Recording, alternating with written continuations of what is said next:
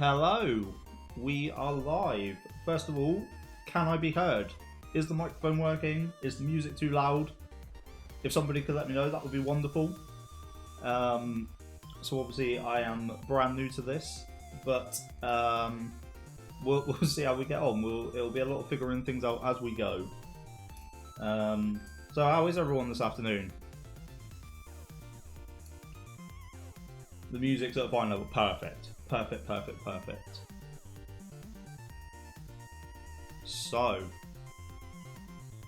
normally I would do an introduction, but I think for now, let's just get into the game. So, I have my fancy little transition and head over to the game screen. So, we are currently managing Boavista in the early-ish part of Season 2. I've been making YouTube videos about this save.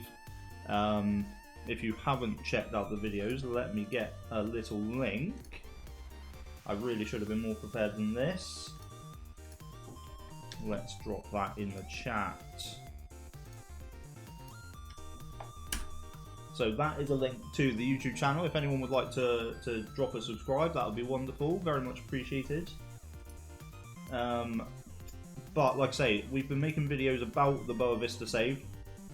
The latest one just dropped yesterday, so that was kind of a recap of Season 1.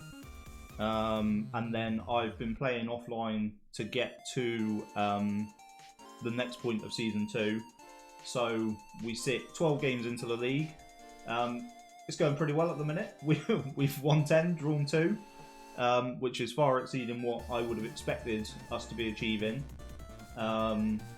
So as kind of a peek behind the curtain for the next video, which is going to be about my absolute panic in the transfer window, if we just take a look at the transfers that I've made, so you'll see there I've brought in a lot of bodies. None of them offer that much quality, which is a concern. So, for a bit of context then, so I finished Season 1, and in the pre-season, my top goal scorer, Herriel DeSantis, he decided that he wanted to leave. He had 1 year left on his contract, so rather than try and force him to stay and risk losing him on a free, we sold him to Eintracht Frankfurt for £1.2 million, which is probably a little bit under what I would have liked to have got, but with 1 year left on his contract, and the mess that is Boavista's financial situation, it wasn't really money I could turn down. So, so we've sold him, and then I basically just went out and signed a load of strikers that I could get my hands on, in the hopes that one of them would be good enough. And it's not gone brilliantly. So the first one that I really had high hopes for was Jose Melro. He was the player that I brought in that I thought would kind of be the replacement starter. So we brought him in on a free transfer from Benfica's reserves. He had a good record at reserve level, which is obviously the division below us. And I was hopeful that he can make the step up. I mean, the fact that I gave him the number 9 kind of plays into that. But he has done nothing so far. Dennis Rodriguez was another one. He was more of a prospect, but I was excited by his finishing, his dribbling, his first touch. He's not that quick. His off the ball isn't great. In reality, it's not a signing I should have made. And I kind of realised that he wasn't going to be good enough for this season, so he's now gone out on loan. Everybody knows his number 2 for a striker. I can guarantee you, in all the time that I will ever stream, whether it will just be this one or whether I will carry it on, you will never see me give number 2 to a striker. I can assure you of that. So Melro and Rodriguez aren't it. Andre Gomez and Amadou Ndiaye aren't strikers. I'll come back to them in a minute, but they were transfers or free transfers that we agreed before the transfer window was open. Quincy Hover, I kind of just signed because he was from Volendam and he was on an amateur contract.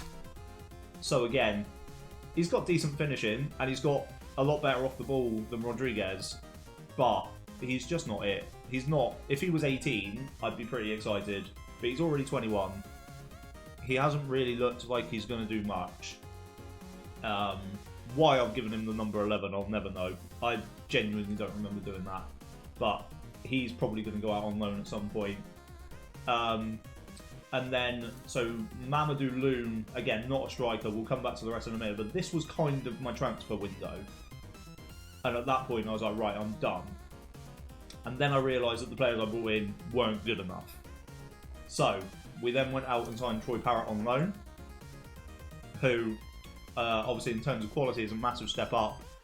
The fact that we're only contributing £2 grand a week to his wages is fantastic, but it does also permanently rule out, or it definitely rules out us making it permanent, because he's on 20 grand a week, and that's not the right button.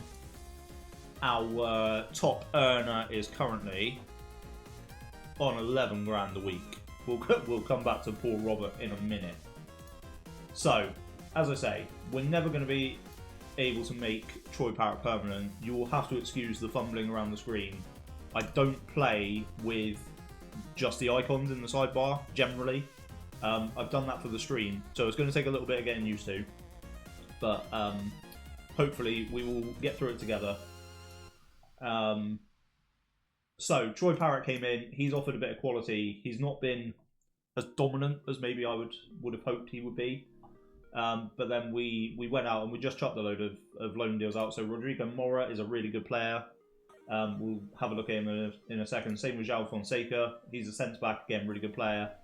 So we'll go through all of the deals. But after Troy Parrott, I still felt we were light.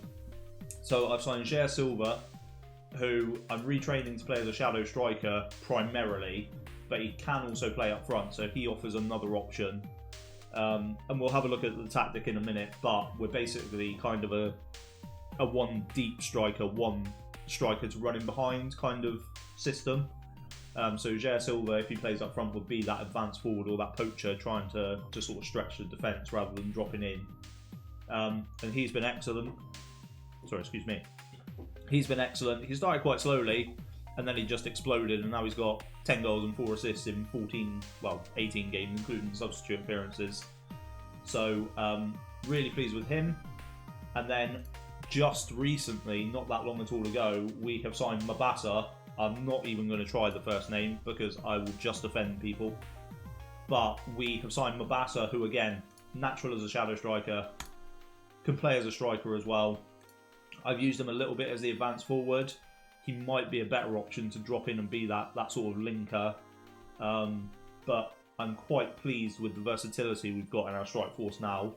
Unfortunately, it's just come from me wasting a load of signings and a load of wages on the likes of these. But just to go through the rest quickly, Amadou Ndiaye, like I said, is just sort of a youngish left back, just to offer a bit of cover. He doesn't really do the same as our first choice left back, but we can kind of adapt that and flip the flanks, so that's not too bad. Andre Gomez, I thought, was going to come in and sort of really raise the level of what we've got technically in the midfield, but he hasn't been. He's been good, but he's not been great. And obviously the physicals are just going to keep wearing away. Fazio, again, really poor signing. I was getting desperate for another centre-back, and I feel like shortening to just Fatso would be easy but awfully mean. Yeah, absolutely. I mean, I'm in no position to be calling anyone Fatso, but I think we'll just stick with Mabasa for now, and I think that'll be fine. Yeah, Fazio's agility, I mean, technically he's still fantastic, right up there. I'm pleased with his mentals. I wish his composure was a bit higher, but yeah, the physicals, his agility is just abysmal. He did only come in as a cheap backup. There was no expectation that he was going to get much playing time, but even then, I don't really trust having to put him in unless I absolutely have to. So, another poor signing, I think. Loom came in as a replacement for our captain, Sebastian Perez, who was our ball-winning midfielder. He's done okay. He has kind of had to compete with a player that I didn't think was going to get much time this season, which is Ibrahima Kamara. So we'll have a look at him in a sec. But Loom's been decent. Again, doesn't really raise the level of what we have, but for a free transfer, his wages aren't terrible. ask me about Loom. Have you got prior experience with Loom, Musterman? Is there something that I don't know there? But yeah, he's been decent. And then, so like I say, we just chucked the load of loan offers out. So Troy Parrott, Rodrigo Mora came into play in behind the strikers. Oh, it's a Monkey Island reference. Oh, okay. I'm aware of Monkey Island, and this may be controversial, but I've never played Monkey Island. So any Monkey Island references are going to be lost on me, unfortunately. So Rodrigo Mora, he came into play in behind the striker. Unfollowed. That's fair. That's absolutely fair. Rodrigo Mora, again, has been okay, but I'm trying not to rely on him necessarily as our sort of undoubted starter, because again, I'm not going to be able to keep him next year.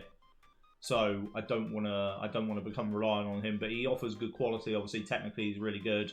He's got great flair, and he's really good to have around for a year. But that will be it, and then he'll probably go back and go straight into Porto's team, I would imagine. João Fonseca is very similar, but coming from Benfica instead.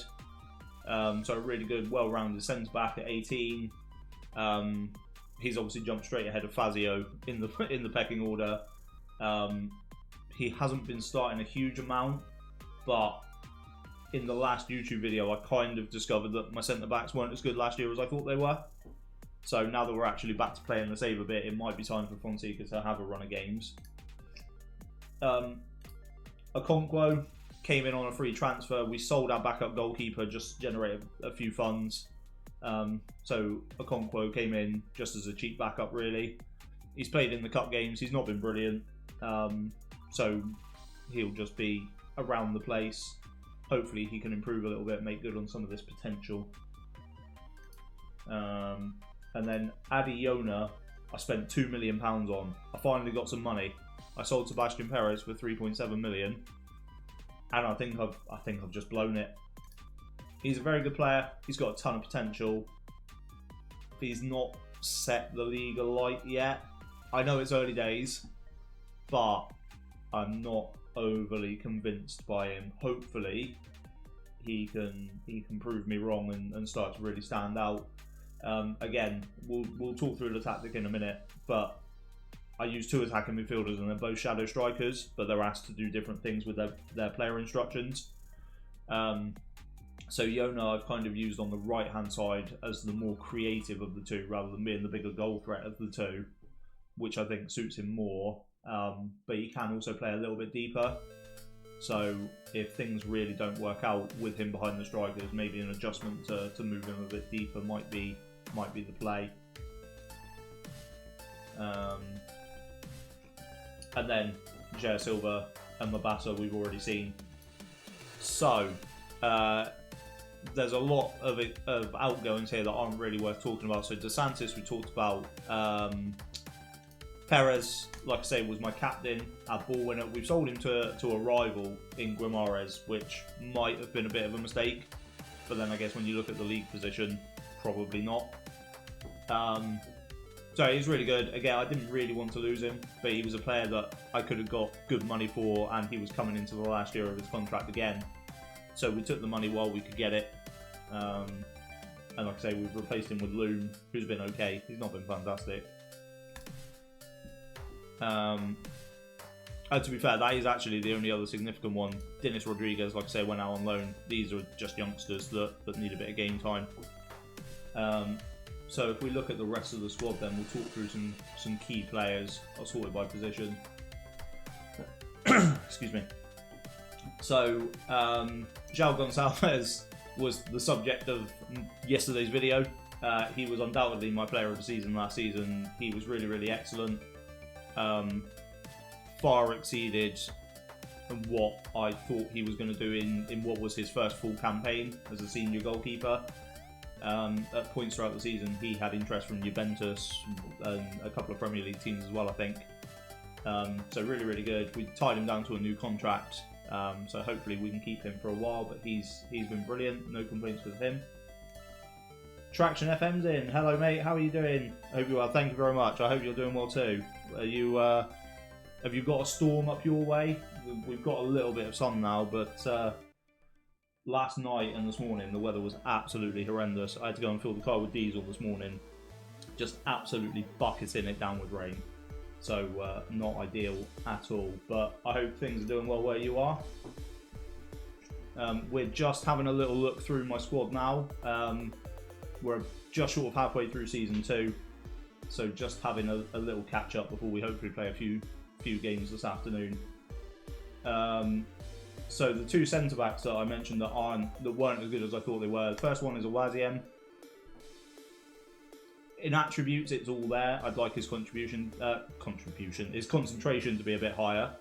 The irony. But he's a solid defender. Played okay last season.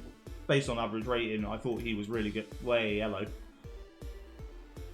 Not too bad, thanks. Just been non-stop rain and wind. Yeah, like I say, it's dry out there now, but this is the first time in about a day and a half that we've had any stop from the rain. So Awaziem, he had a decent campaign last year, but again, not anything to really write home about. And then his partner was a Bascal, who, if anything, I think was slightly the weaker of the two. Again, the attributes are all there. He's a decent defender for this level. And he's had a bit of a better campaign this season, but averaged just shy of a 7 in the league last year and was just kind of okay without being brilliant.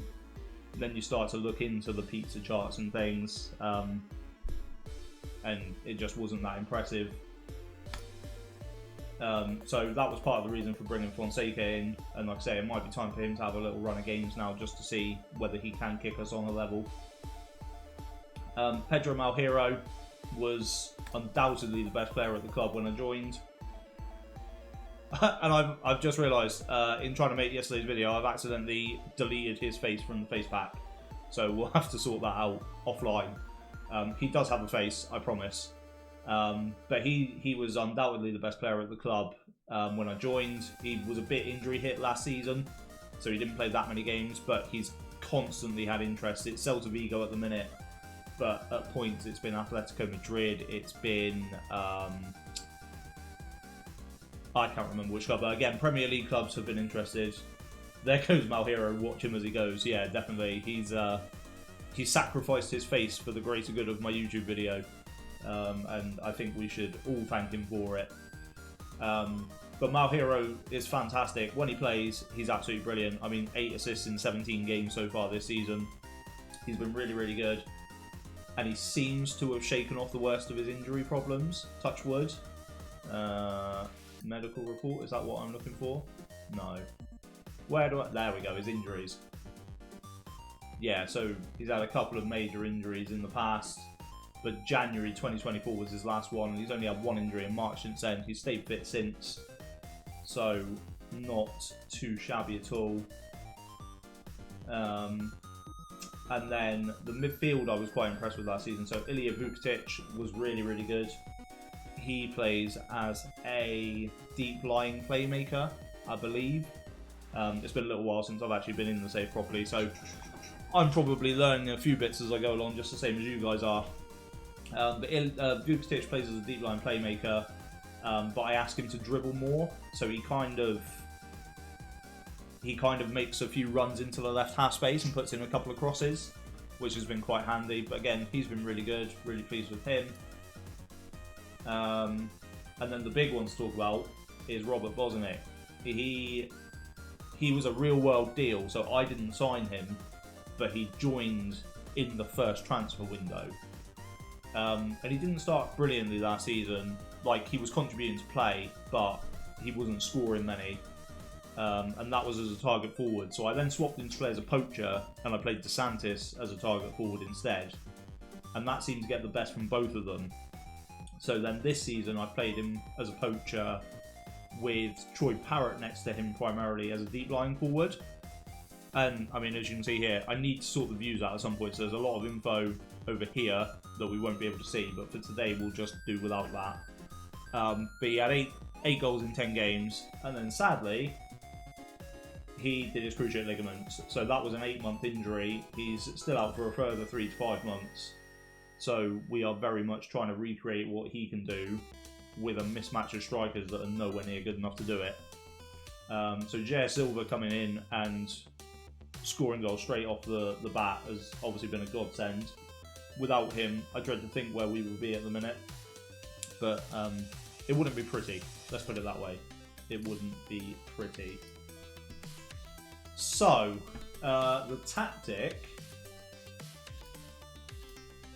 there we go.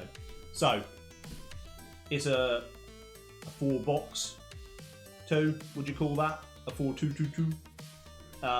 But basically, I like to, I think ever since Football Manager changed to having the positional play, I like to concentrate on the build-up shape and work from there when I build tactics. So, Onyemechi on the left, playing as the inverted fullback, shifts these across to a 3, and Malhero just goes up to join the attack. So we build up in a 3-2-5, which I think is nice for what we do because we're quite transitional in our approach. We're not looking to dominate the ball. So Malhero can go and bomb down the right-hand side with the other 3 defenders holding tight, and Vukotic, apart from his odd runs into that half space, he sits quite solid with the ball-winning midfielder as well. So we then have Lorenzo on the right, who is a left footer. So he kind of he'll receive the ball from Malhero a lot, and then he'll turn inside to where he's stronger, which I think works quite nicely. And then we've got the opposite as well sometimes on the left-hand side. I'm not sure if J.R. Silva is. Yeah, he is as well. So he's also right-footed. So before it was J.R. Silva, it was... Where is he? Mario Sergio. I signed Mario Sergio in January of Season 1, and he had an instant impact as well. He came in and scored, I think it was 5 and 13. At a time where we were really struggling for depth in behind the striker. So, with having a right footer on this left hand side as well, in the player instructions, we actually asked them to go out to the left hand side. We asked them to run wide with the ball and stay wider so that they can cross for the target forward. But with them being naturally right footed and both being players that are decent at finishing, they both like to then cut back in onto that right foot. So defenders are kind of trying to funnel them where we're asking them to go, but then they've also got the option to cut back inside to where they're strongest, which I think works quite nicely. And then up top, because of Bozanic's injury, not Bosnich. My God, that's a throwback. We then got Philippe Caicedo, who I signed just to be a kind of emergency backup target forward January last season. And he was rubbish last season, but he's actually done fairly well coming in this season. He's got 4 in 6 starts with a few substitute appearances there as well. So definitely can't complain with that. And then because of that, we've then shifted Troy Parrott to play as the poacher in the hopes that it'll have a similar effect to what it did for Bosnic in Season 1, where he'll focus less on being the creator and more on being the goal scorer. So that tally of 9 in 20, that's gone up recently because he's been the one that's been expected to put the ball in the back of the net. Before that, he went a few games without any goals, but he was getting plenty of assists. So 9 goals, 5 assists in 20 games. I don't think you can really sniff at that. So that's kind of the basics of the save. Like I say, we're currently top of the league. So let's start with the league and then we'll work through the other competitions. So we're currently top of the league. Troy Parrott's in and around it for top goal scorer. Malhero, top assist maker, which tracks for last season. He was the second highest assist maker last season, behind my substitute right back, just by virtue of playing less games. So Porto, Sporting are obviously right up there in the hunt. Benfica are a little way off it, which surprises me. They won it last season, so they've had a pretty poor start. But last season, Braga had a really shocking start to the campaign and then had to kind of recover, and they ended up finishing below us. But they were sort of relegation form for a long time last season. So it seems to be that the best 4 clubs can't all be good at the same time. One of them seems to be struggling at any one point. This season it seems to be Benfica, but they're sort of turning it around recently. They could go on a run now and win the next 15 games for all I know, so you can never really count them out. But the league obviously is going well. That's a friendly cup, so that's fine. We were knocked out of the Europa League in qualifying. Through our league position, we qualified for a Conference League place. We were then bumped into the Europa League because the Taça de Portugal final was between Porto and Sporting, and because they'd already qualified through the league position, we were bumped up to the Europa League. We lost to AZ Alkmaar in qualifying. Let's see which round this is. The new format still confuses me a little bit. So, can we league path? We weren't in the first round. We weren't in the second round. We were in the third round. So we were in the third qualifying round. It's probably one of the tougher draws we could have got, to be honest, AZ Alkmaar. There are a few teams in there that I would definitely back us to beat. We gave them a good go. They were just a little bit too strong for us. So we fell back into the Conference League, where we've already assured ourselves of a playoff place, and we're currently ahead of a certain Man United, which, on a personal level, stings a little, but also, we're definitely better than Man United. Yeah, it is a tough draw, must admit. It was a tough draw. And I believe, if I remember... No, that's not what I wanted to click on. I believe, if I remember rightly, a certain Ruben van Bommel scored against us, who not only was one of your guest of the players, I believe, but is also a player that I signed in my Man United save and knew how good he was and still let him score past us. How are you feeling about United tonight? I'll be honest, I'm completely desensitised to all of it now. I'll keep an eye on the score, but I'm not desperate to watch it.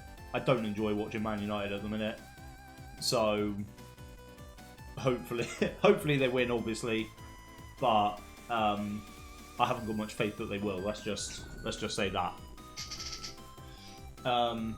So yeah, so like I say, tough draw in the Europa League. The Conference League is going alright so far. If we sort this by competition, because I can't actually remember who we've played yet. So we had to qualify, and we beat Astana pretty comfortably. So we played Lugano, HJK, Aberdeen, and PAOK.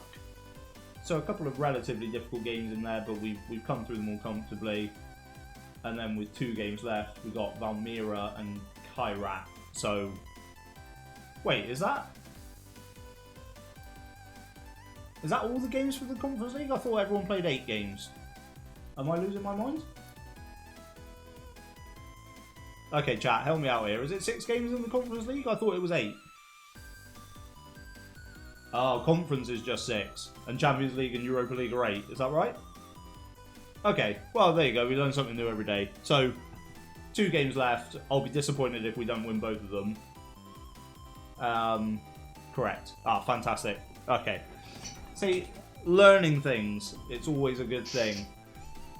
So yeah, I'll be disappointed if we don't win those last 2 games, and realistically, I'll be pretty disappointed if we don't finish top of the league phase, because I think our goal difference is...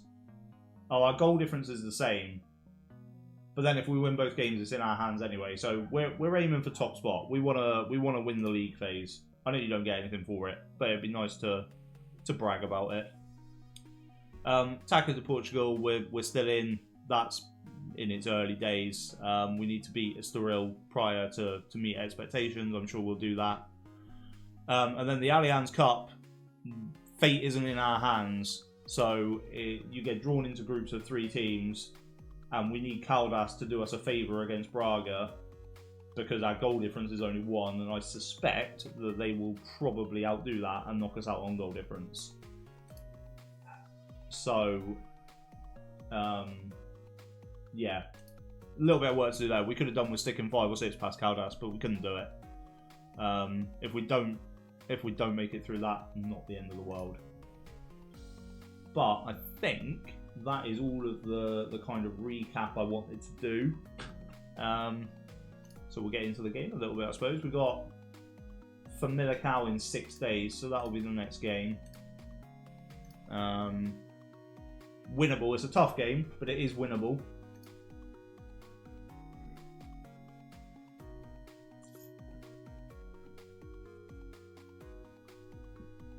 So let's see what comes through in between then.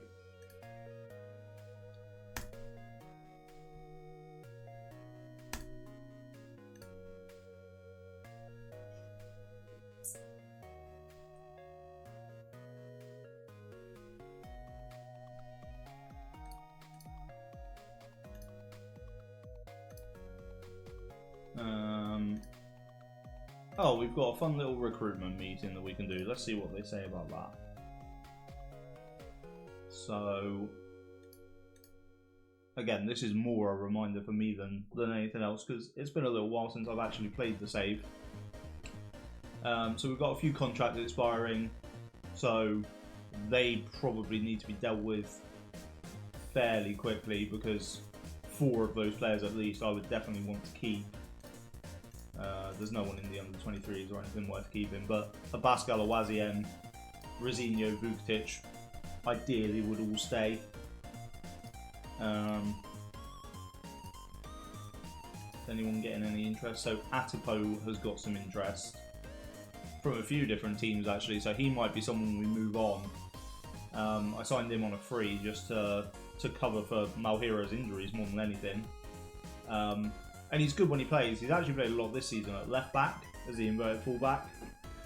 But if we can get some money for him, I wouldn't be against him leaving. We've got 2 players for each fullback position. So they think we need a central midfielder, even though we don't play with central midfielders. And then to change the focuses for Portugal, I don't think that's really needed. We find plenty of players. I've not really done much of the scouting myself so far. I need to have a proper look at the recruitment focuses really. Excuse me. So yeah, so perfect example really. So these were all set up by the game. I haven't created these, but we seem to be getting plenty of results. They're not all necessarily all good ones, but we are getting some recommendations through. So there are definitely players there that could be of interest, and then we also get plenty of sort of aging offers and stuff through. So I tend to work mostly from this screen. Oh, hello. Who's this? Wanted by Juventus on a free. Boavista, good stream team. Stefan Swedish FM Pagan, that is a fantastic name. Good to have you in. I hope you're doing well. Yeah, Boavista were a team that I picked, not at random, but I'm a Manchester United fan, and I have vivid memories of us playing Boavista in the Champions League, sort of the early 2000s when they won the league and then they were a Champions League team for a couple of seasons. And I think it's the kit more than anything that stuck out to me. Obviously the black and white checkerboard is pretty iconic. And I just kind of... I needed a shortish save until FN25. So I just thought it would be a fun little challenge. Yeah, the kit is super. As you can... I don't know how well you can see it. I'm still getting used to having the camera, but... I did go out and purchase myself a Boavista shirt. Unfortunately, it doesn't fit me, so it has to live on the mannequin. But we have got we've got the kit. We bought a scarf which is draped around its neck, a half and half scarf from that United Boavista game. And then I've also got again you can't see it, but behind my head there in the frame, that is a match program from that match. I didn't go to the match. I bought those bits on eBay, but I thought they were nice little mementos to have to commemorate the save. So, Stefan, are you playing a lot of FM at the minute? Have you got a save on the go? If you have, I'd love to know who you're managing, how it's going, so feel free to let us know in the chat. I'm intrigued by Ellis Bishazari. This is not a stream where I should be even thinking about transfers, but he's been released by Ghostborg and he's wanted by some fantastic teams. And I feel like if we can get him, we're just going to offer him a cheeky trial. Let's see if he wants to come in. A Flamengo save going on. First season, Brazil. Yeah, Brazil is a lot of games. I have started. No, I wouldn't even say I've started. I've loaded saves in Brazil in the past. But I've never made it much further than that. I love the idea of managing in Brazil.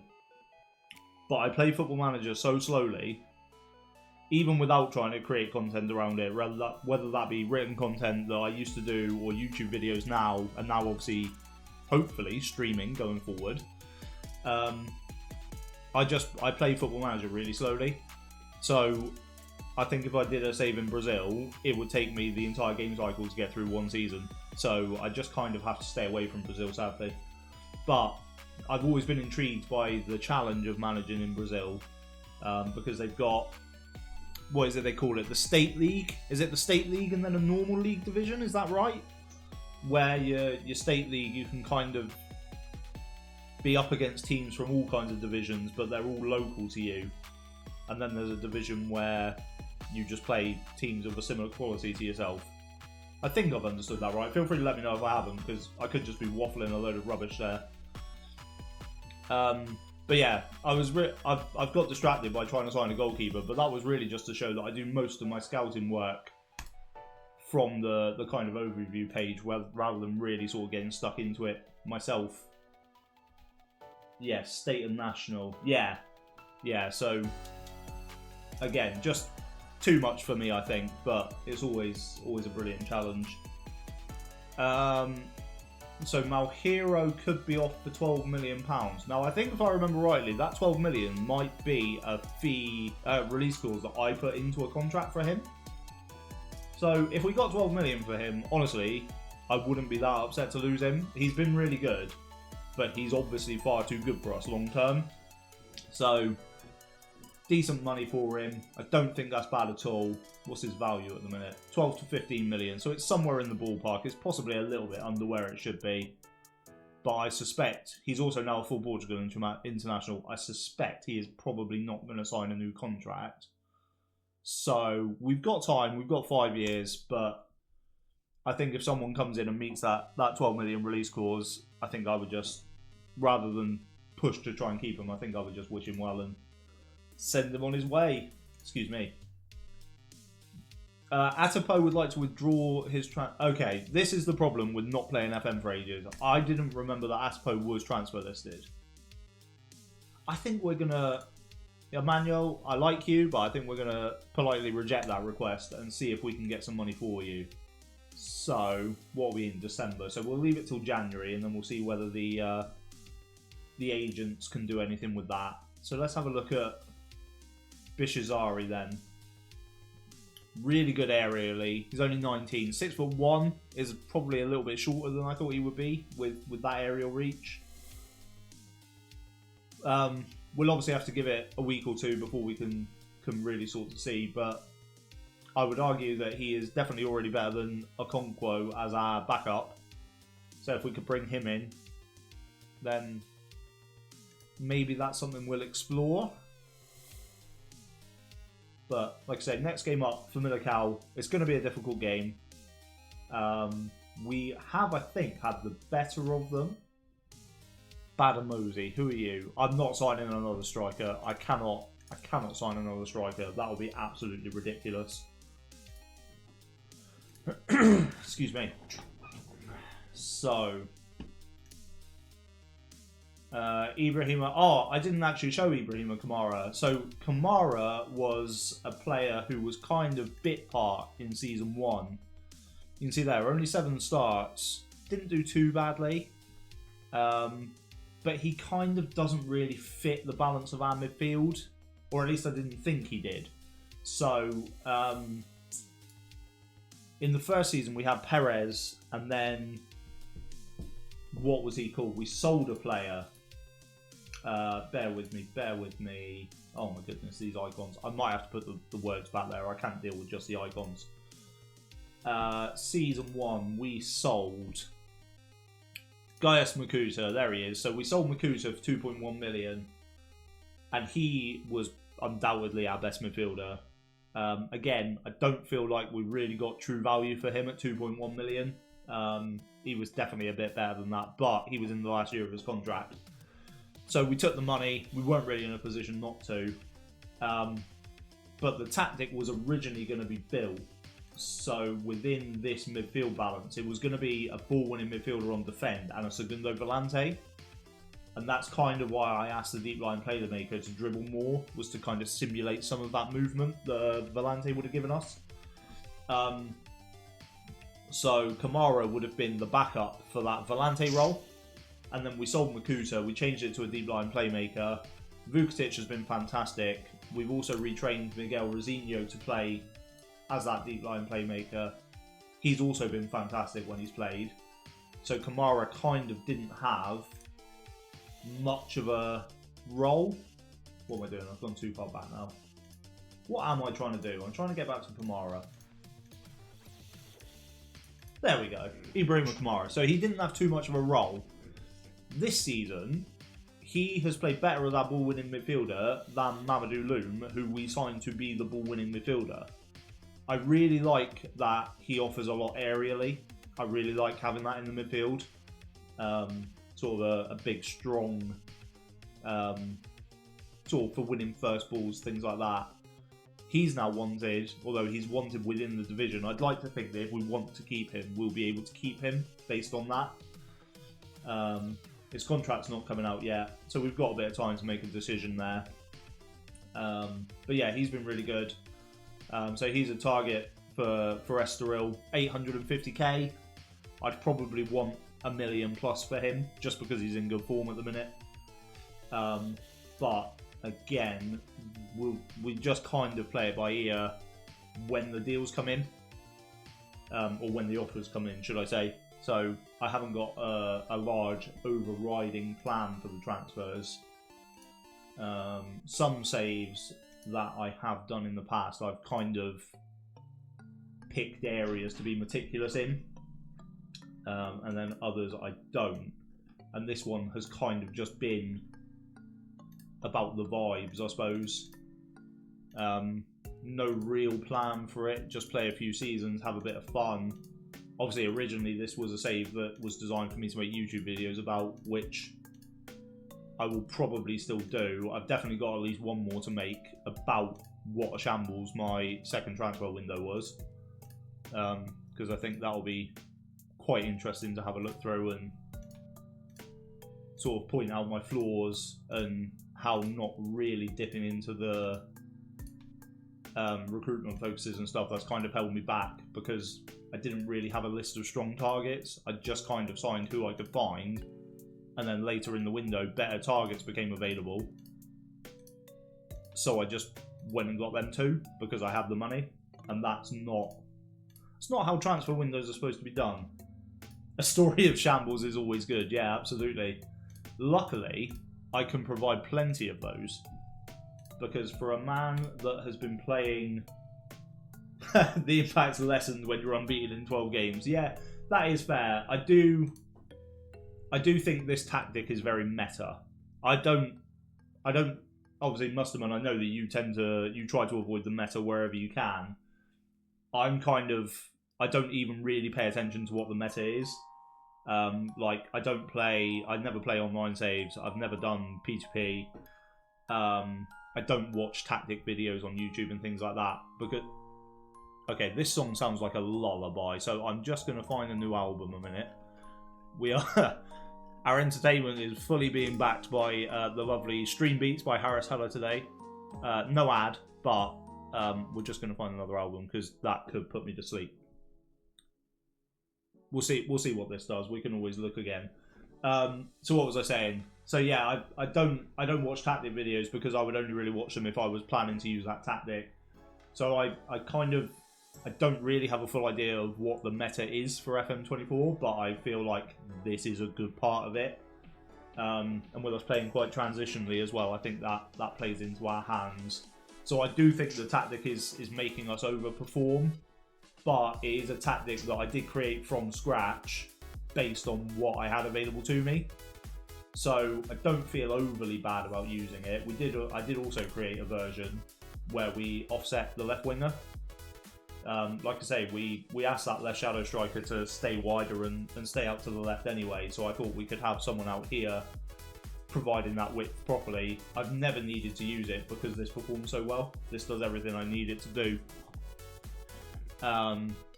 So if I do end up getting through the season, and I don't think we will, but if by some miracle we do hold on to this and win the league, I wouldn't necessarily look to move on, from Boavista, but I would probably change the tactic.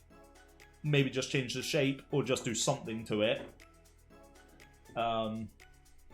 Just because it does feel a little bit meta, and I don't feel it's a single player game, and obviously I haven't done anything wrong by putting this tactic together, but I don't feel brilliant about it. It does feel a little bit cheap. So as we approach the Familiar Cow game, then they want us to start Mabasa and Parrot. I don't know how I feel about that. Mabasa hasn't had a lot of game time. He scored on his debut, I think. Okay, so this is interesting. So Salvador Agra thinks he should be starting more games. Now, the problem we have with Salvador Agra is that he was incredible last season.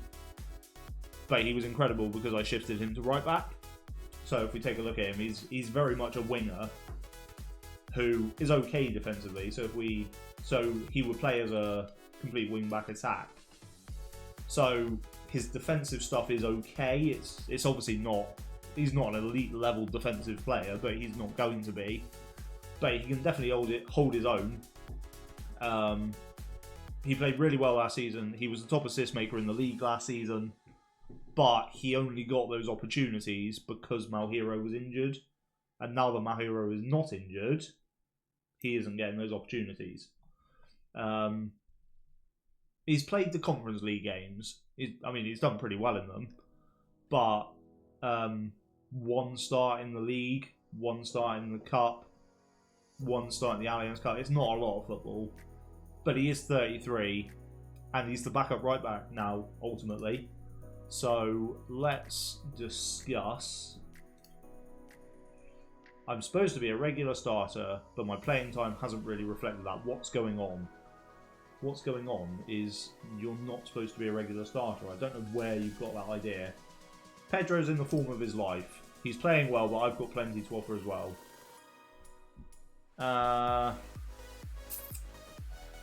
Can I? Here we go. I want to keep you here, but I won't pander to each and every complaint. That seems fair. He obviously is not going to agree, but that's fine. If we have to sell him, we'll sell him. We can definitely go and find another right back. Or go and sign another striker and retrain them to play as right back. Did I just say striker? I meant winger. I'm losing my head. If someone can tell me whether I said striker or winger, that would be fantastic. So let's. So the deal that we've got going out there, Insfran, that's the backup goalkeeper. I think you said Stringer, or maybe Weicker. Okay, I know I'm losing my mind, but at this point you are just gaslighting me. So Nelson Insfran, he's a really good goalkeeper. I didn't really plan to sell him, but when I brought him in, I desperately needed a sub goalkeeper because we also had transfer screen's probably the easiest to find this. We also had Luis Enrique, who was the backup at the start of season 1, and Gonçalves got injured for 7 games, something like that. And Enrique was just awful. He was a liability in every game. I think his XG prevented was minus 4.08, whereas Gonçalves's was plus a ridiculous amount, and Insfran was positive as well. So Insfran came in and he was really good as a backup, but I told him he would be a first choice goalkeeper because I just needed to get someone through the door. So he's obviously complaining this season. We've sold him on. We've signed Okonkwo as his replacement. He's not as good. Insfran is better, but it brings in a little bit of money. So, yeah, that's a deal that we've done. And that will go through in January, I assume. If not, he's going to have to rot in the reserves for a little while. Holofab is in. Hello, Holofab. How are you today? Afternoon, boss. Sorry I'm late to the party. My nap was longer than expected. Oh, well, a nap sounds sensational right now. I was out doing lifts last night for parties, etc. So, yes, could definitely do a nap. But I hope you're doing well, Holofab. Yeah, lovely Sunday afternoon. We're just playing a bit of the Boavista save. You haven't missed too much.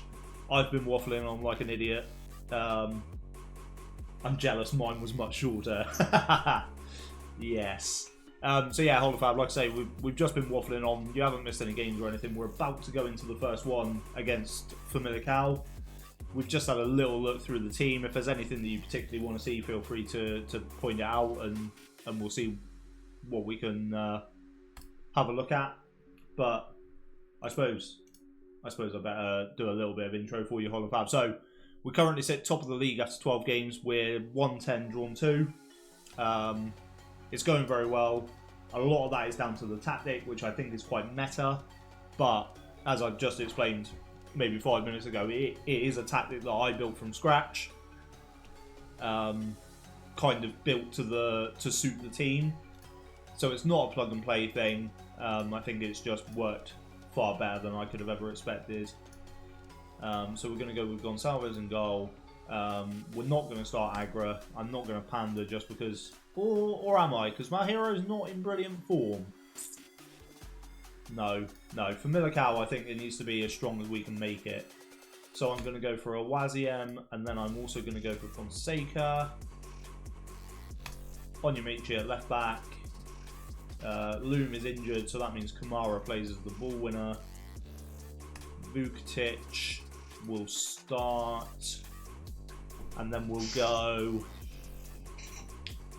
What are we going to go with? We'll go with Lorenzo, because he is really the first choice in that role. Now this one's interesting. It's going to have to be Ger, I think. I'm sure that's the role he's been playing in, and he's just been exceptional. So then we'll go Caicedo. I can't believe Caicedo is a starting striker for me in 2025. That's the way to do tactics. See the squad and build from that. I have a very good Mazzala, so that's the key to how I play. Yeah, absolutely, Stefan. Like I say, it was really built around... I went into the save thinking that I would like to do a front two. Most of my tactics are either a 4-2-3-1 or a 4-3-3. So I kind of knew that I wanted to do two up top, and we didn't really have a good third centre back in Season 1, so that ruled out a back three. So I settled on this. I think it's a fun shape anyway, but it was then built around trying to get the best from Bosnic in that target forward role. So that's why we play quite transitionally. We distribute quickly. Holofab, I was chatting to Holofab a little bit yesterday before the video released, and I pointed out that in the YouTube video yesterday, I talked a lot about changing Gonçalves' distribution instructions and things like that to maximise what we could get out of him in Season 2. And then because I'd already started playing Season 2, I actually did none of it. So, for Holofab, because he is now here, we're going to throw it long. We're going to see if that makes a difference. And if we lose the game, it will be Holofab's fault, which will be fantastic. But yeah, like I was saying, Stefan, so I tried to build around the target forward. That didn't really work out, so we tweaked it and moved Bosnic to the poacher. But I do love a good Mazzala. I really do. I think it's one of my favourite roles in the game. So if you've got a good one, then absolutely, absolutely worth building on that. Blame me, I'll be the Crubmo of this stream. My goodness. I'm not certain that after... How long have we been live? Can I see how long we've been live? Blimey, it's been an hour already. I'm not certain that 1 hour into my streaming career I'm ready to have a Crubmo. But Holofab, once I am ready for that, I assure you, you will be that man. So the poacher is going to be Troy Parrott. So I think with Bosnic injured, that is probably our best 11 at the minute. I mean, you would certainly think so from the fact that they're all match sharp. Holofab can talk in third person as well. Brilliant. I would change my username to Holofab fan, but it might be an issue if I'm stuck with that for 3 months. It would confuse viewers of yours, Musterman, I must say. a few of us will get it, but some others would be like, what is happening? So we'll fill the bench up. We'll have the usual suspects. Rosinho can go on. Yona, Mora, Mabasso.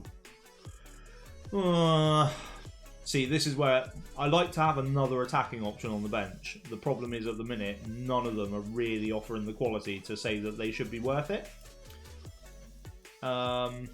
It's probably Mario Sergio. And then Mabasso will play up front if he has to. So, okay. Before I go into the game, fair warning. I play with the game sounds on. I think that I've set OBS up correctly so that it doesn't capture desktop audio, but it will capture the audio from Football Manager.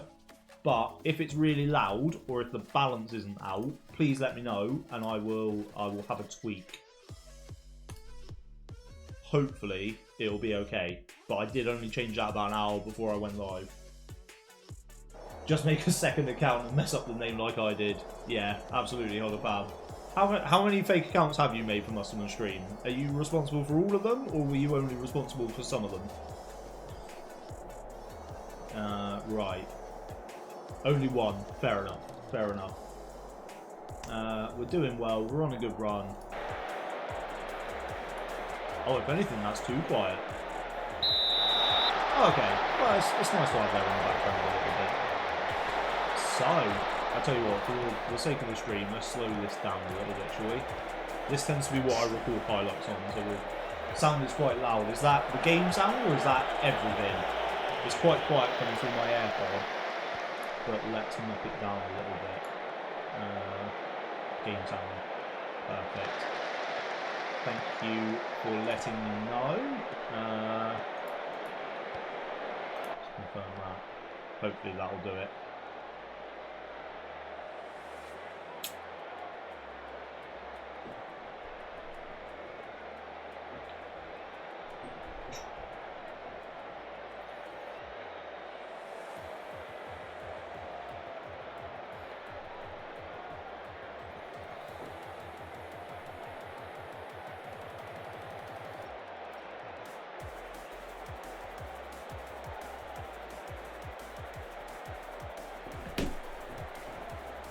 Okay, so that's better. Alright, brilliant. Perfect. We'll leave it there then. If I change it in the game, I don't have to fiddle around with OBS then and risk breaking anything. I don't know if anyone else does use Stream Beats. If anyone's got a particular album that they enjoy, feel free to let me know. I can pop it on. I decided it was just easier to stick with royalty-free music rather than try and listen to sort of licensed music through Spotify, which, from my understanding, I think is fine with Twitch, but would cause issues with VODs and if I upload this to YouTube, which I think is the plan. I haven't fully thought that through yet. If I was on my PC right now, I will. I don't have the dexterity to mess around on mobile. No, that's absolutely fair enough. I was trying to... What was I doing this morning? Oh, we need to get hold of BT. We need to return our old router to them. But they sent the bag to the wrong address, so we need to get hold of them. But I was trying to request a new bag online on my mobile this morning, and I just lost my rag with it, so I've given up. So we're gonna break from the corner, maybe? No, looks like Familiar Cow are gonna come again. Oh, decent effort. I'm sure Zhao had it covered. So 15 minutes in, we've not seen too much to suggest we're really in this game, but we do operate a lot on moments. We don't dominate games. We never have dominated games. We probably never will dominate games. But I tend to find that if I make tactics that are more possession based, they just become a bit toothless. So I'd much rather play like this, where we get fewer highlights that are going to be for us, but every time we do, we look dangerous. That's a good ball though. Ooh, what's happened here? No, come on. So Familiar Cow look like they're going to get themselves a penalty. It was a little bit of a dodgy one. But no penalty. Okay. We don't see too much of that. I think we've got away with one there, if I'm being honest. So Lorenzo will take the free kick. It's a decent effort. The keeper was always favourite to stop it. So we've had the better of the game. Famalicão, more of the ball. They've not had a shot on target yet. So maybe the highlights just haven't done us justice, but early on I would say Famalicão definitely looked better. Lorenzo puts the ball in. Toothless. A toothless header. They're going to come again. I'm not one for... good save by Zhao. I'm not one for really like fully commentating a match, so hopefully that is okay with everyone. But I'd rather just sort of let it play out and talk about the interesting bits as I see them. Oh, that's poor from Zhao. I feel like we definitely should have just kept hold of that one. Debut streamer's luck, that will stay as a penalty on every stream after. Do you know what? I'll take it. I'll take any luck that I can get. So we're getting closer to half time. I'm not... Hello. Oh, Jay probably would have scored there. It's a good save. Some poor performances in there. I'm looking probably at Caicedo. Maybe Parrott will drop into the deep line forward for the second half. We'll try and get him a little bit more involved. That probably means Mabassa's got to go up top though, which I'm not certain I love. But until Bosniak is back, we are literally just having to survive with what we can. It's a poor finish. Probably should have been a goal there. It played through us quite nicely. The stats show a relatively even first half. I would say that they probably have the better of it. So this is the run that I like from Vukotic. And now we've potentially got a penalty. That looks pretty close to the edge. I wouldn't be surprised if this isn't given. But like I said, that's the kind of run that I like from Vukotic, because there's no one coming forward from left back. We have got the penalty. I have no idea who's going to take it. Can't remember who our taker is. Probably Parrott. Oh, it's Lorenzo. So we'll just watch this one and then I'll carry on talking about Vukotic. Great penalty, 1-0. I'm not convinced we deserve to go into half-time 1-0 up, but we will definitely take it. So like I was saying, Vukotic from the deep line playmaker on that left-hand side of the pivot. He makes those little runs. We've got the goal emojis in the chat. Emojis? That's not what I meant. Emotes, that's what I meant.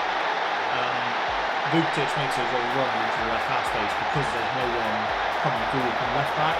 Onyemechi is told to tuck into the inverted fullback. So he just kind of... Vukotic replaces having that player on the overlap, I guess, for the left-sided shadow striker. So we're going to tell them... I'm going to say that I don't like it. They're winning, but we've not played brilliantly. They all seem fired up. Fonseca was nervous, which worries me a little bit. We'll give him 10-15 minutes. He might be one of the first to come off. But we're going to leave it as it is for now.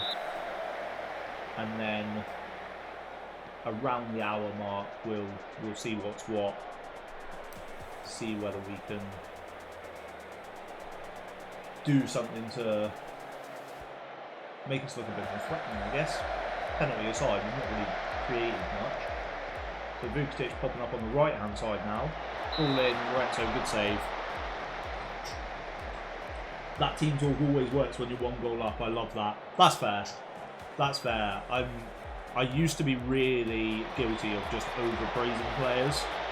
So then when I got maybe 3 or 4 seasons into a save where we were comfortably the best team in our division, whether that be old Man United saves or saves that were a little bit more challenging, I always used to overpraise players and then they got really complacent all the time. And then at the end of the season, we would just crumble all the time. So I do try to be a bit more conscious of what I'm saying when my team talk now and not just use the same one every time. But yeah, it's always good to remind them that just because you're winning, it doesn't mean you've been playing better. Ball in from Lorenzo, Jay goes up for it, and it's a comfortable plane. So Boavista, no, Boavista, we're Boavista. So Famalicão will come again. not a bad effort, wasn't really that threatening. So I think we're going to go with Caicedo off. Fonseca's looked okay. We'll see whether he's still nervous. But I'm reluctant to waste the sub on centre-back unless I really have to. We'll see whether we can generate anything from this. If we go into the hour mark 2-0 up, it might change things and we'll start to look a little more comfortable. Malhero ball in, it's a good save. Caicedo got into a decent position there, to be fair. Just couldn't finish it this time, but like I say, he's played well this season. I didn't really plan to play him at all this season. He was just going to rot until his contract ran out, but Wozniak's injury has put paid to that. And I think we definitely need the physical presence. Troy Parrott, the deep line forward, was doing well, but the little and large combination definitely seems to be more effective in this setup. So we'll watch this attack and then we'll make some subs. So Mahiro into Caicedo. It's a good little move. It's a good save. So before the corner, let's see what we've got here. So he's apprehensive. I'm not going to take Fonseca off for now. We're going to swap the strikers. So Parrott as the deep line forward, and Mabassa's nervous as well. That's not brilliant. What are we going to do? Let's go with Jair Silva up front. And then we'll put Mario Sergio on? Question mark? He's not match fit. We'll go with Mora. We'll put Mora on. I believe he's right-footed. Yeah. So we've still got that right footer on the left that I like to have where possible. Malhero's sort of turned it on in the last, well, since half-time, so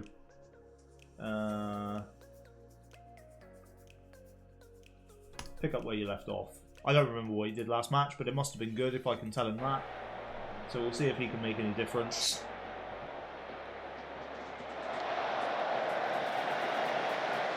So it's a long ball. We'll pick up the second ball. See immediately Parrott's in those little spaces. Trying to link things up. Ball across. That's another weak header. Have we just won a corner from that? That's a really cheap corner to have given away. Hopefully, we'll put this in and seal the deal. That's a good save. It's another corner, so we'll keep the pressure on.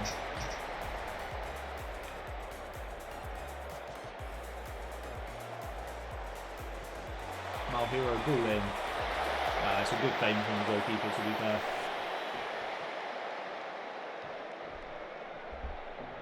So, fitness looks okay for now.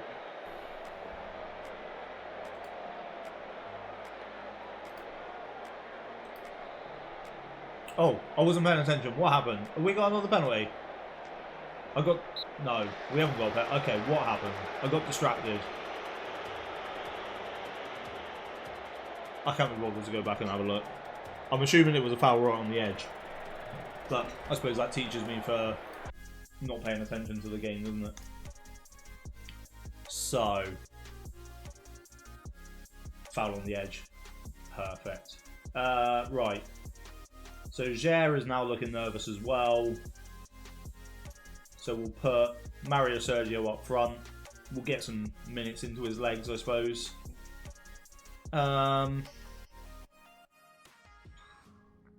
There's not really a replacement for Kamara. Rosinho isn't that strong defensively, so I wouldn't really want him as the ball winner. We'll put Agra on for a bit, just to rest Malhero. I think we'll go with that for now. We'll see if we can see this out.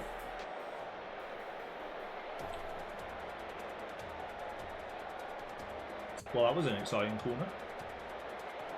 Lorenzo with the free kick. Oh, it's off the bar. Parrott, is he going to score? Yes, Troy Parrott. There we go, 10th goal of the season for Troy Parrott. And our run continues, apparently. We've got the goal emotes in chat again. We'd love to see it. It was a great free kick. It's a poor clearance. And Parrott with a nice little touch and finish. stuff. So now we can focus more on resting players rather than having to see the game out. So we've got 2 more subs. We'll put Mabassa on for Parrot. And then he, I believe... I don't really know why I'm messing around with this with 10 minutes of the game to go. But we'll drop him as a false 9. And then we'll put Rosinho on for Vukitic just to see the game out. And hopefully that will make it 13 undefeated in the league.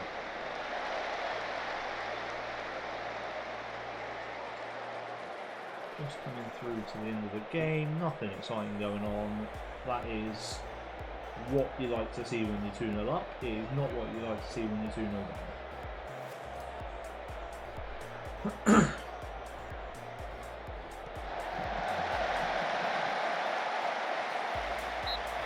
There we go. Nice routine win. Famalicão are a good team. I think they were 4th in the league before this. So definitely no pushovers. We'll tell them that they've done well. I think that's a really professional performance. I can't be bothered with the press conferences. 5 points clear at the top of the league. Who'd have thunk it? Who would have even thunk it? We've won 7 straight. Oh god, I forgot about the Casapia game. Blimey. That feels like forever ago. I really need to start actually playing Football Manager more often.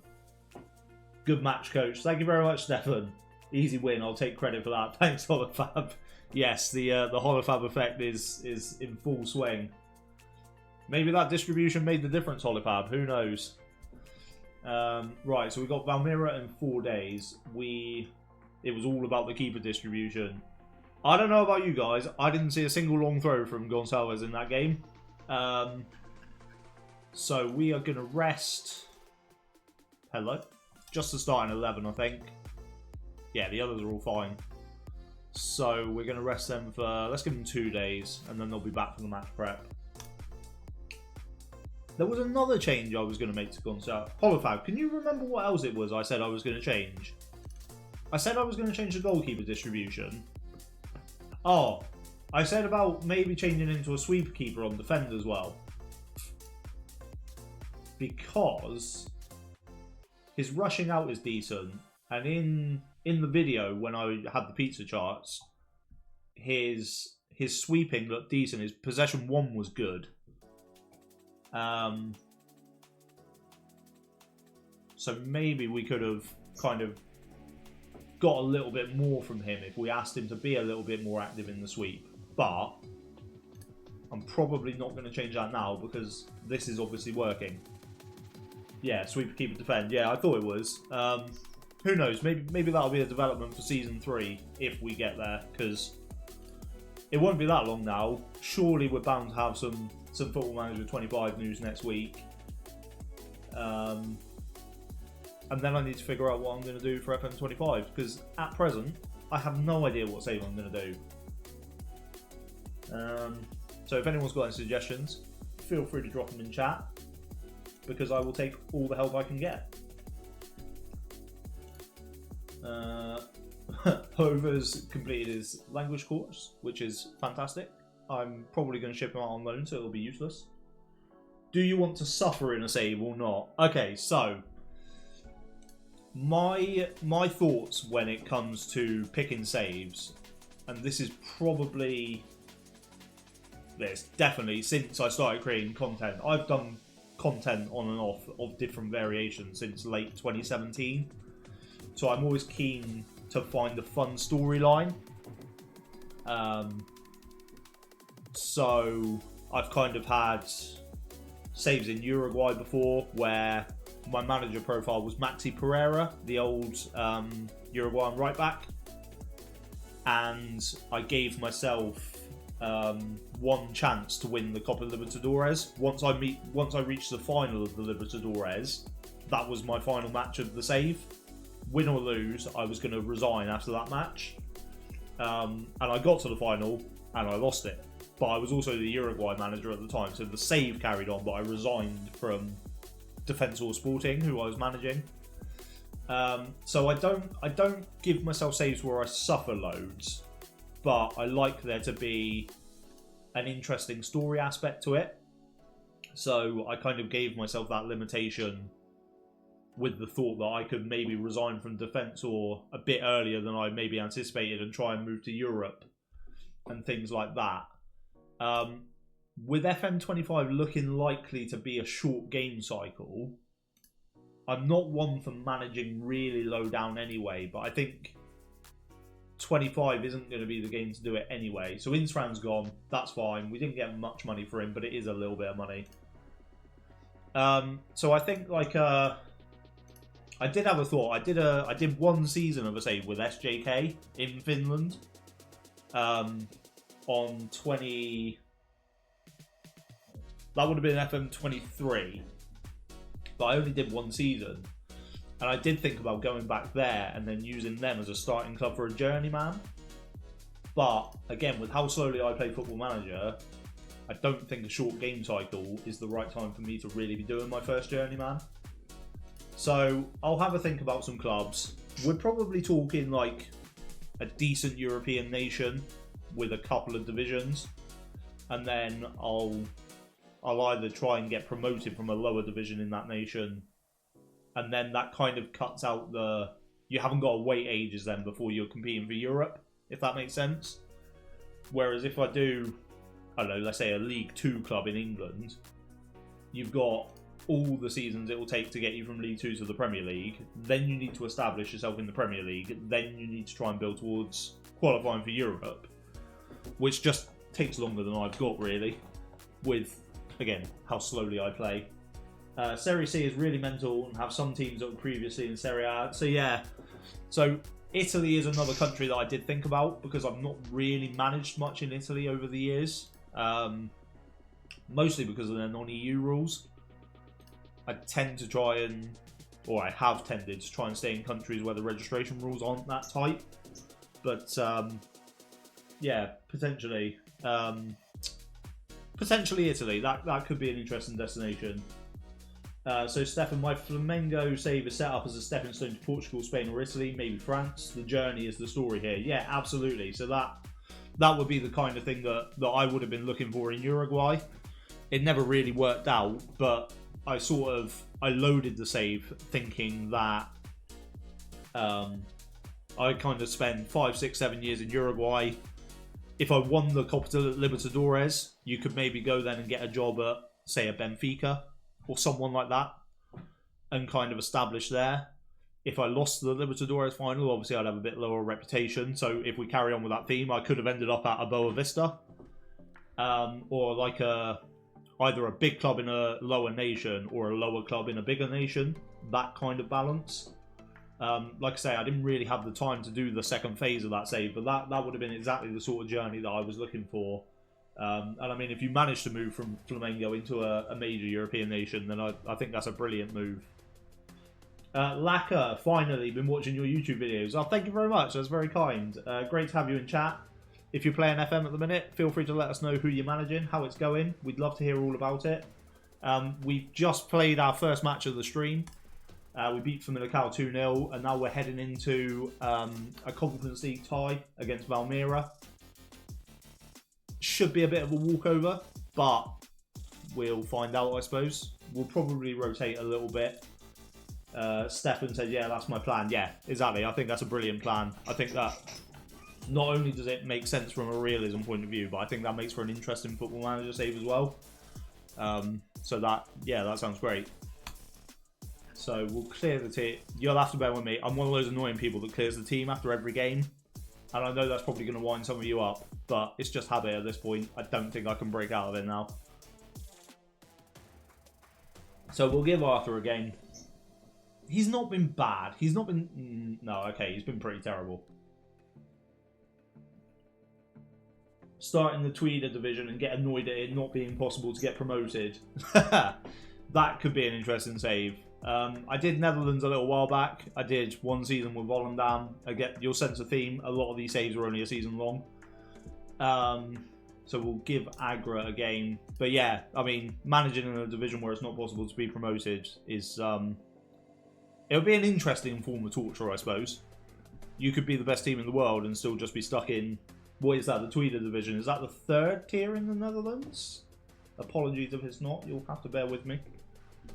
So we'll play Fonseca. Do we respect them enough to not play Fazio?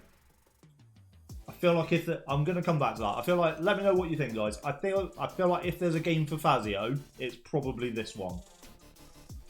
But also, that could be really disrespectful. So we'll play Atpo at left back just to rest on your mate G.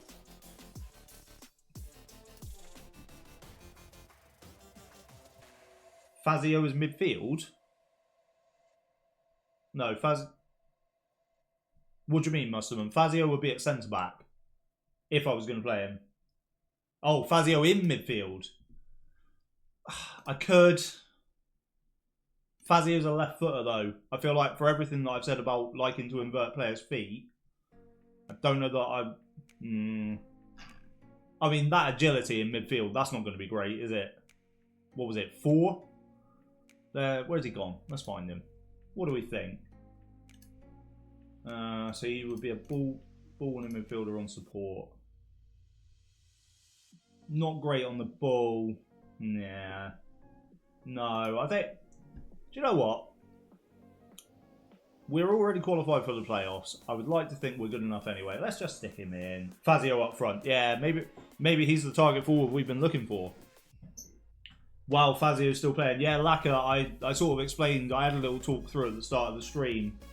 Because obviously, for anyone who has been watching the YouTube videos, this will be a little bit of a peek behind the curtains. We're about half a season ahead of where the YouTube videos are. So I signed Fazio as like an emergency backup option, but he's deteriorated so much more than I thought he would in half a season that this is kind of the level of game, the only level of game that I would trust him in. Fazio in goal. Now that could be interesting. I would tentatively argue he wouldn't do much worse than Arthur at present. And I would categorically say he wouldn't do any worse than Luis Enrique did last season. So it's not beyond the realm of possibility. So let's go. I would like to not have to start Kamara. Oh, Musterman, are we going to do it? Are we going to put Fazio in midfield? Yeah, screw it. So we'll put... What am I doing? I'll be honest, Musterman. Seeing a number 2 in central midfield makes me feel sick enough. The fact that you have one up front is a crime, quite honestly. Now I'm in my own stream. I feel like I can say that to you plainly. I was being fairly nice about it in your chat, but that is an absolute crime. 11 passing, good enough for him to be the playmaker. Yeah, but the playmaker, I asked him to dribble more, so his passing would be good enough. But his dribbling is definitely not going to be good enough. I would also like, maybe this is the game that I give Yona a go. Deeper. He hasn't played there yet. He can't play there at all, apparently, but we'll give it a go. If you lose, just blame Musterman. Absolutely, Holofab. Yes, I can definitely get on board with that. I feel like I've been pressured to make a huge gamble by playing a 37-year-old centre-back in midfield. But luckily it's a game that doesn't really matter. So with Yona in the pivot, we'll go with... Don't really feel like we need to start Lorenzo. So we'll go with Mora and... Looks like your internet's back. Fantastic. I can stop sitting by the window on my phone. I honestly don't know what I would do in my day if my internet went down. So we'll play Mario Sergio as the shadow striker, get him some minutes. And then... What are we going to do here? So I think we'll try and give Melro another go. Because he is one that I would like to see have an impact at first team level. So we'll go Caicedo and we'll go Melro. Oh, I never picked another centre-back. It's going to have to be a backup, I think, for the left footer. So then we'll have I think I can pretty much fill the bench with everybody, especially with a couple of injuries. I don't think I have to leave anyone out. Oh, look at that. Like it was meant to be. So, a couple of players on there. Well, only really one player on there. Martin Tavares. Chances of him getting on are almost zero unless we're 6-0 up at half time. He looked okay at the start of season 1, and then he just refused to score any more goals. Doesn't look up to the level. Need to sell him on really, but I don't anticipate there being much interest in him. Right. Let's put on a show, shall we? Let's go and just absolutely battle them from start to finish. Oh, the thing is there, let's pause the... Let's just enjoy that glorious, glorious Conference League theme for a minute.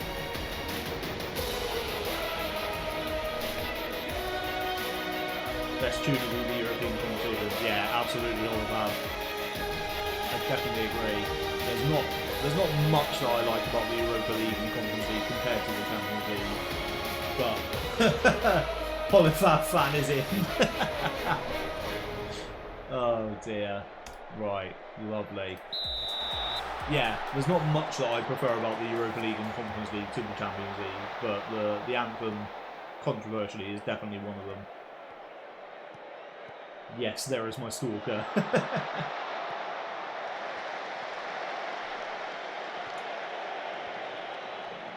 So, hopefully we're going back on an early goal, make this look nice and comfortable. If we do struggle to break them down, we could be in trouble. Because we have had a few games like that where it's just dragged on and we just haven't looked. Hello. Oh no. Okay, good tackle. Early warning signs. I possibly should have had a look at how good these guys actually are before I just assumed that they were an absolute nobody and we would batter them. But I'm confident that we will get the job done. It's not often that, even after only 10 minutes, it's not often I see us have 77% of the ball in a game. So, signs perhaps that we are actually going to go and dominate a game for once. So we find Agra out wide. Oh, Casilo's in. Oh, it's a good finish. It is a good finish to be fair. I know they're not peak opposition, but that is still a really good finish. I've talked a little bit about how good Caicedo has been in terms of his goal scoring this season. I've got a feeling he might just be stat padding against these Conference League sides. Goal. Polyfab getting well and truly into the spirit. You love to see it. So, do you know what? I'm too curious. I need to know.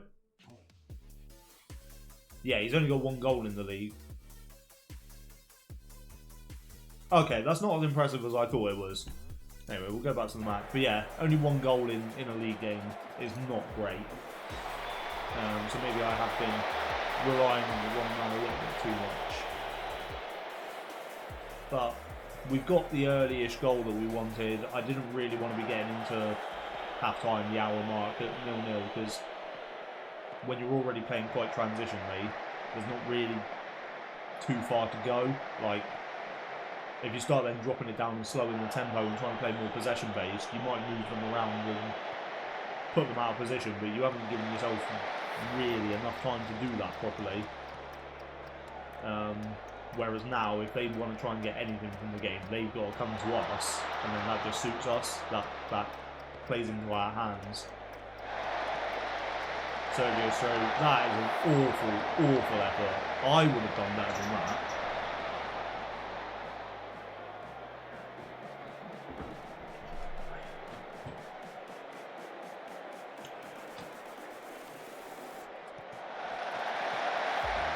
It's a good header away. Attico picks it up. This is the only problem with Attico at left back. It's the Kieran Trippier, Diego Dalot conundrum all over again.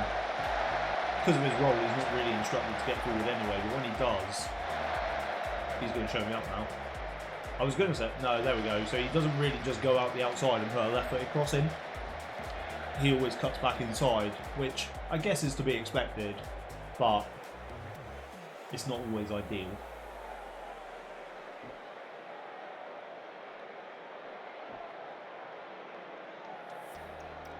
So, I mean, that's a shocking throw-in. Are we going to win the ball from them? They're coming at us again. They've definitely got a little bit about them. This is not the romp that I thought it was going to be. He's giving away the corner.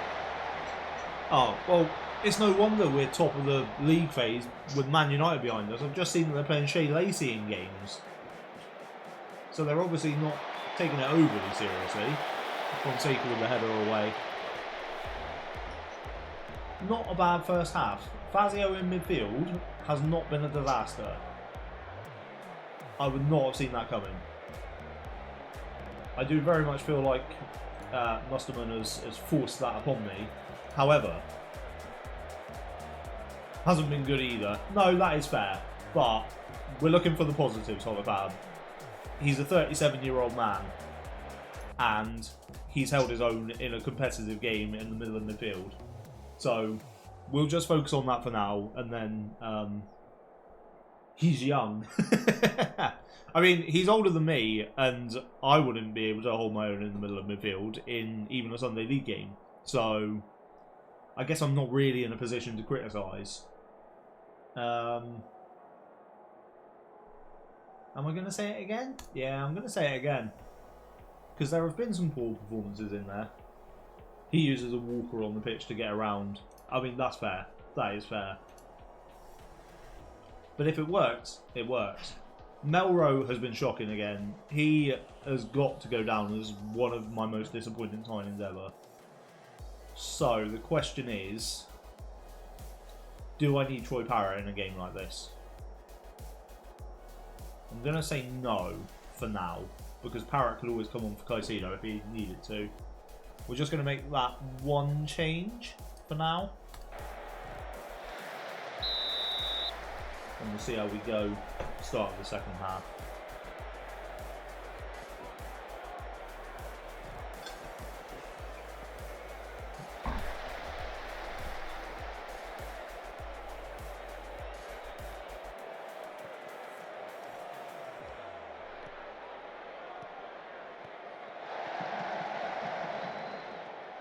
Right, what have we got going on here? So the ball in, no, it's not a great header. Deflection, giving away a cheap corner.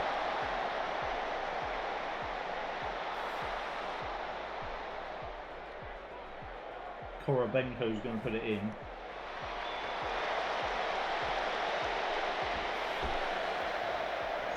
Doesn't really come to much. So this is it's an interesting pass. I was going to say that was our opportunity to counter. Maybe Tavares can finally score a goal against this team. Now, I did have similar thoughts. The problem is, he's got no match sharpness, and I've played him in a couple of cup ties against second division Portuguese teams, and he's just looked useless. I think he's about 17 games without a goal. So confidence is obviously shot to pieces. And I don't know, if we get to if we score another goal, maybe we'll put him on.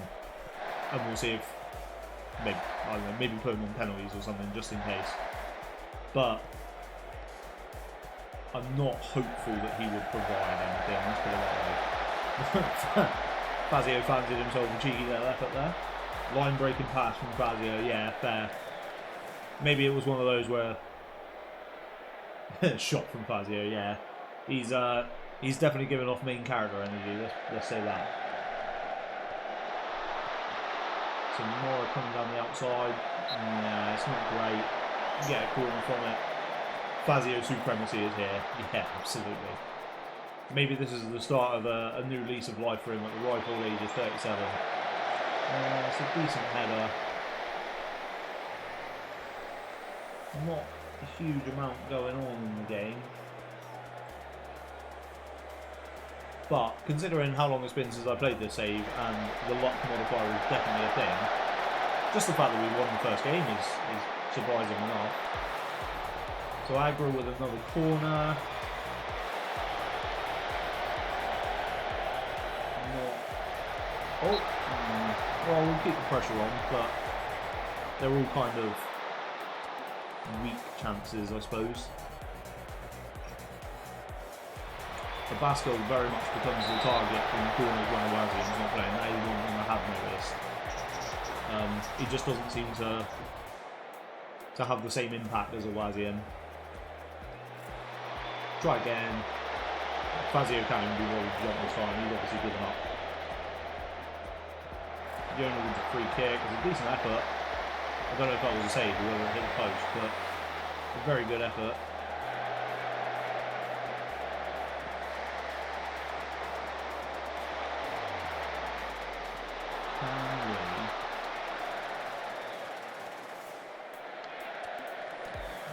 Can't do anything from that. So we'll see how this highlight goes. Maybe we will get Tavares on as long as we don't concede here.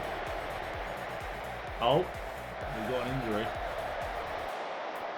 And we're just gonna ruthlessly do nothing about it. But nor are they, to be fair. So I feel less guilty about that. Fazio with the bad pass. Yeah, these the legs are obviously starting to go, aren't they? Right. You saw nothing. So let's do... Am I going to take Fazio off? Now.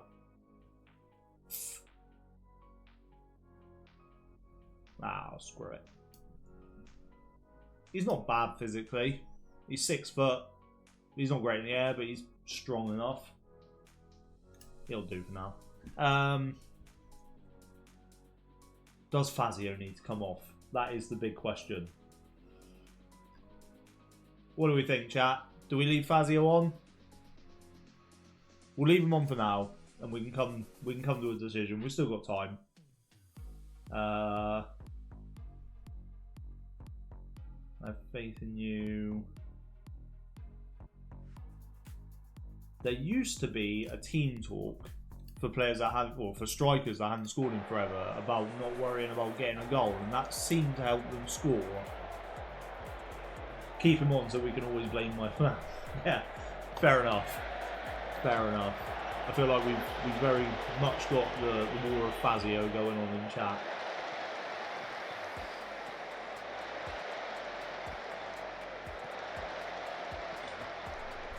Ball over the top, that's not going to come to anything.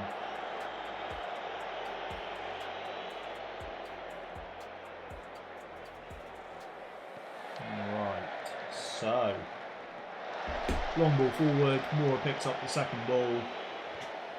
He's made a few of these decent little runs. That's not a bad effort. Skims the top of the bar. To be fair, that's your fault for trusting someone who's fanatical about Holofab. That's fair. That is absolutely fair. Corner comes in. Fazio can't be bothered to jump again. He's obviously given up. Tavares with the ball into a Basco. Look at him in there, just dictating play. It's like watching Tony Cruz in his prime. That's a good ball. Oh, it's unlucky. It's a good save.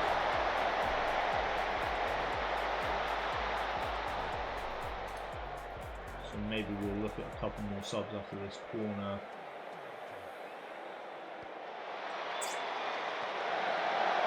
Oh, Fazio does get his head to it this time at least. Right, let's see what we're doing here then. What have we got? 3 more subs. Sergio looks nervous, so we could do Andre Gomez and then push Yona further forward. Yeah, we'll keep him that way round. Yeah, why would someone ever be a fan of me? Oh, Holofab, don't say that. I'm sure you've got tons of fans out there. We're still not going to bring on Troy Parrott. That seems like a waste. There's not too much else in these changes. I'm sorry, I'm going to do it. I feel like Fazio's run his race. He's had 70 good minutes in midfield. He's done a lot better than I thought he was going to. But I do feel it is time for that change.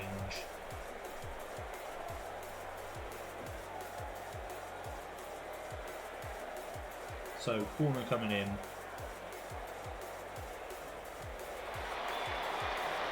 Keeper punches this time.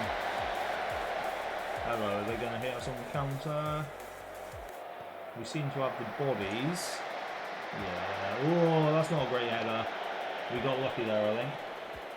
But Agra will lead our counter attack? Question mark. And seem to slow it down quite a lot there. Yeoman going round the outside. I'd say my main reason for unnerving support of the test, despite everything trying to beat me down, that loyalty deserves reward. That's fair. That is fair. The Tests have had a rough old time of it. No, I think we'll just see the game out now. I mean, for 23 shots, we don't really seem to have created a huge amount.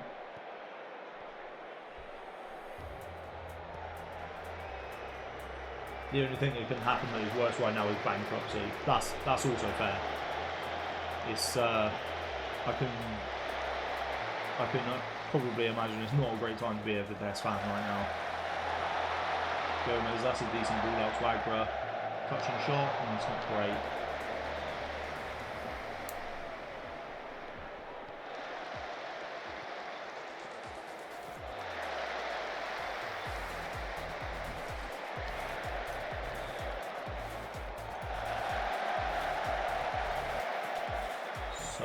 Yeah, trying to take it the long way around. It's a good ball in. More scores. That's the game.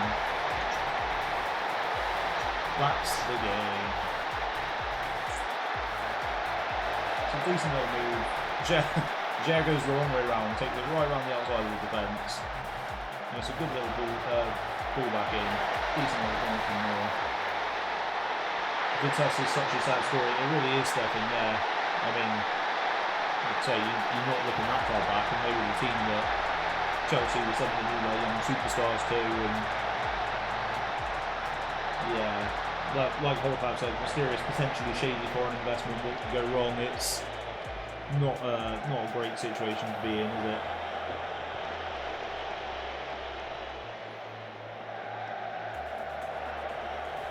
Arthur claims that one. Not really had much to do, but he's not had a bad game. Maybe there's hope for him yet. Although, if we can snag that keeper we got on the goal, then that's a move I would definitely be interested in making. So we've done alright there.